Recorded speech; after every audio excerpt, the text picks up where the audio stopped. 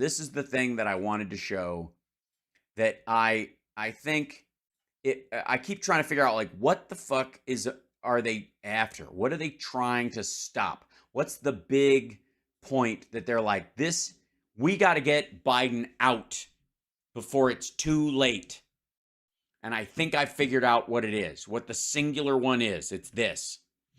U.S. manufacturing growth outpaces the rest of the world. This is the difference between U.S. and global year-over-year manufacturing growth.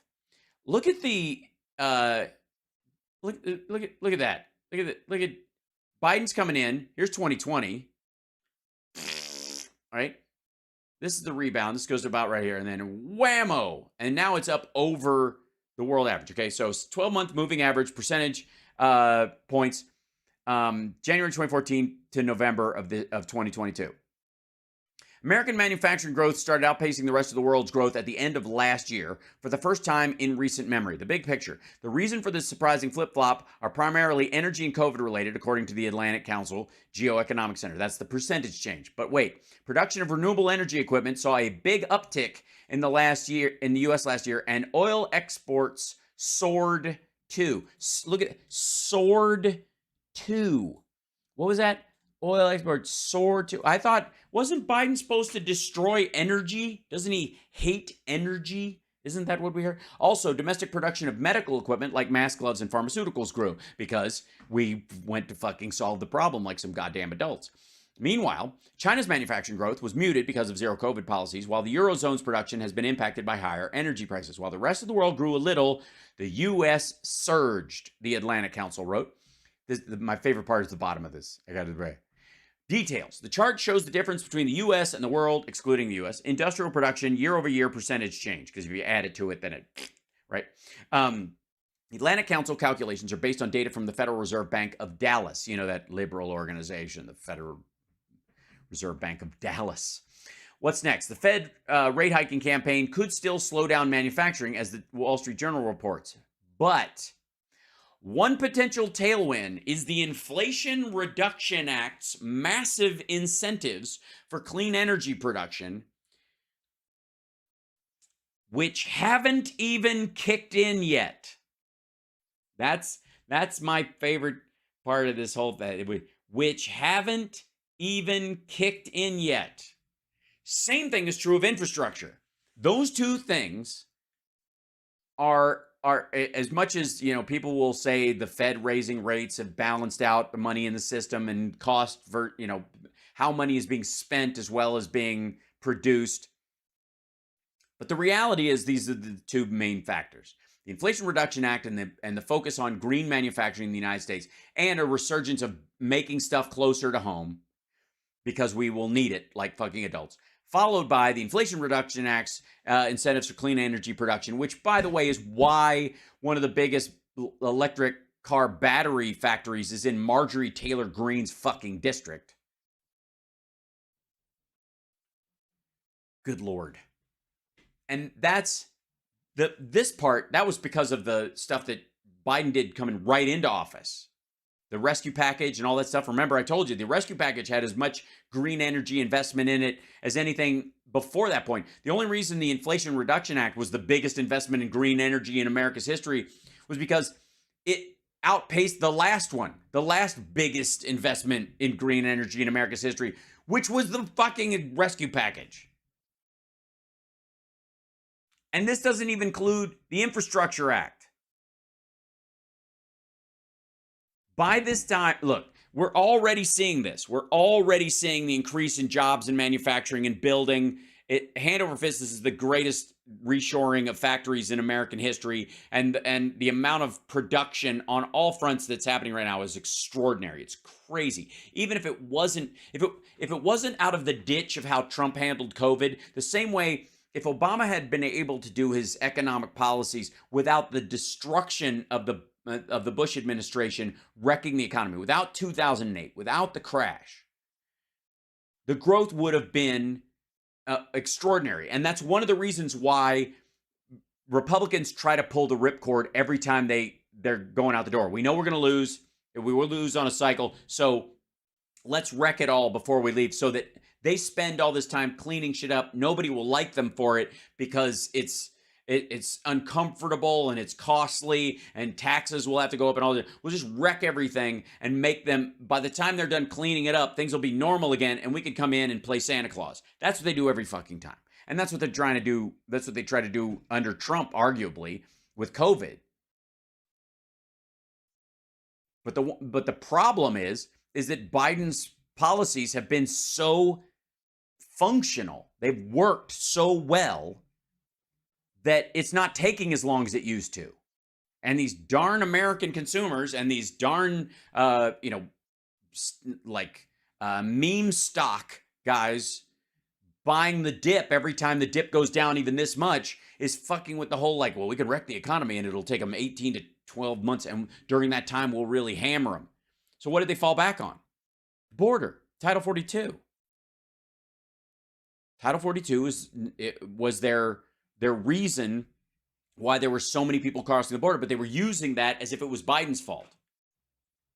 But then we get rid of Title 42, which Biden wanted to do early, and all of a sudden, everything goes back to the earlier standard. And now we're going to be, because of the timing, that they really wanted to push and push and push. They were really hoping they could keep Title 42 in place using their judges or using the Congress, and they weren't able to. So by the time we cycle back through, we're going to have a year and change of low numbers at the border. And the Biden administration is going to be handling asylum claims like fucking adults, and at the same time excluding people who aren't coming in legally for a myriad of reasons, and stopping fentanyl and all that kind of shit, and doing all the jobs that you're supposed to do in dealing with the border. And that's the nightmare. That's what Republicans are upset about. That is it. That is the whole problem. That is what they're trying to shut down. When you look at the Byron Donalds of the world, and you look at MTG, and you look at Jim Jordan and all those fuckers, what they want is they want the problems to last so they can run against them. And I got to say, when Marianne Williamson says she wants to do an economic 180, besides it just being fucking stupid as a statement, because what she thinks she means is take it all the way back to FDR, like a do-over of the last 60 fucking years. I'm not kidding. She thinks go all the way back to that point and then start over, which is, I mean, excludes the biggest, like, economic growth and stability and financial well-being of fucking everybody into there. But also, you're never going to get back to that point. When you say 180, what you really mean is the recent past. That's what everybody's going to think. That's why it's stupid as a campaign concept, because let's do a 180 and go back to what? Trump? Are you nuts? We're on the right path. This is Donner Party politics. That's what the Republicans are doing. That's what Marianne's doing. That's what RFK is doing. We're on the right path. We know we've got our bearings. We use the sun and the stars to know that we're headed in the right direction. And as uncomfortable as it is, we've got to keep going this way, and we will be out of the wilderness. And these motherfuckers are like, I don't know. I don't think we should have left. But if there was this other path over here, but I just feel like, I heard a noise. Shouldn't we go? And that's what it is. That's what the fuck is happening. And it's so dumb. It's so frigging embarrassing.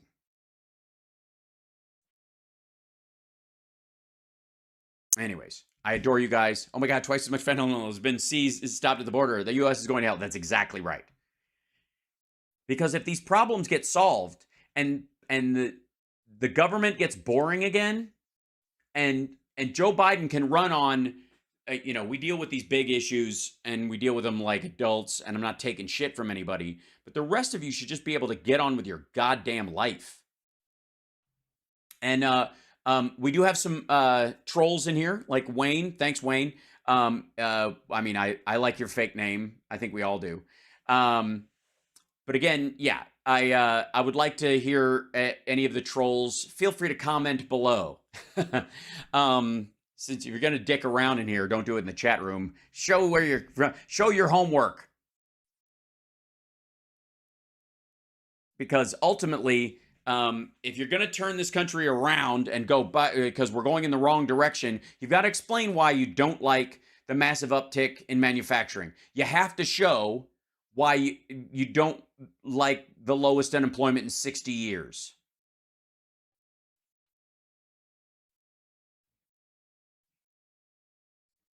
And if the dollar's going to collapse, why is it still? Let's see. Well, you know what? The dollar's been moving around a little bit. Let's get U.S. dollar market, whatever. Okay, U.S. dollar index. Let's see what it's at. The dollar. Oh no, it's gone down 0.02%. The dollar under Joe Biden still worth more than a dollar.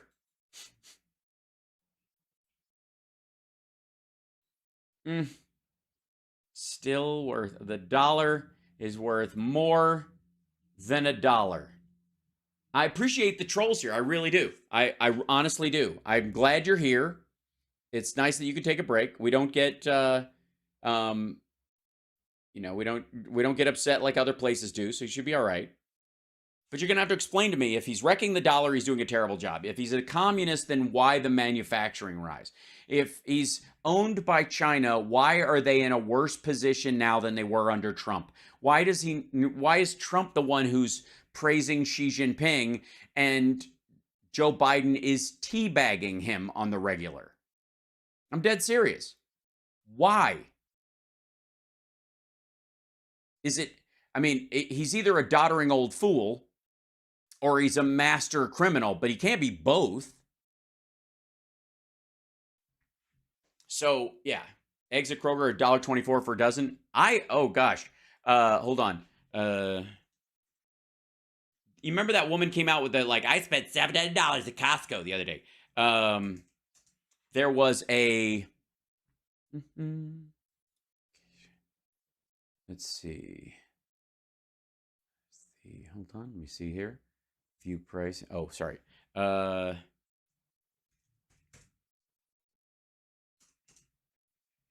me 1 second.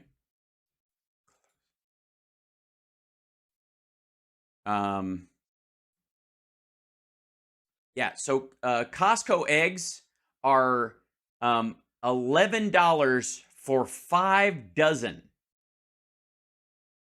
That's $2.24 per dozen right there. That's local. Let's see. Let's look at the regular price of eggs, because that woman went to there. Okay. Price. The average across the country. Let's see. Let's go to shopping. Should put this out here, whatever. Walmart sells 60 counts of eggs. That's $11. Their Target's $2. Let's see. Yeah, Air Store 1. These are shippables too. 60 duck eggs for $10. I'm just getting eggs like crazy. Yeah, $4, $5, $3, $2.72 for Walmart.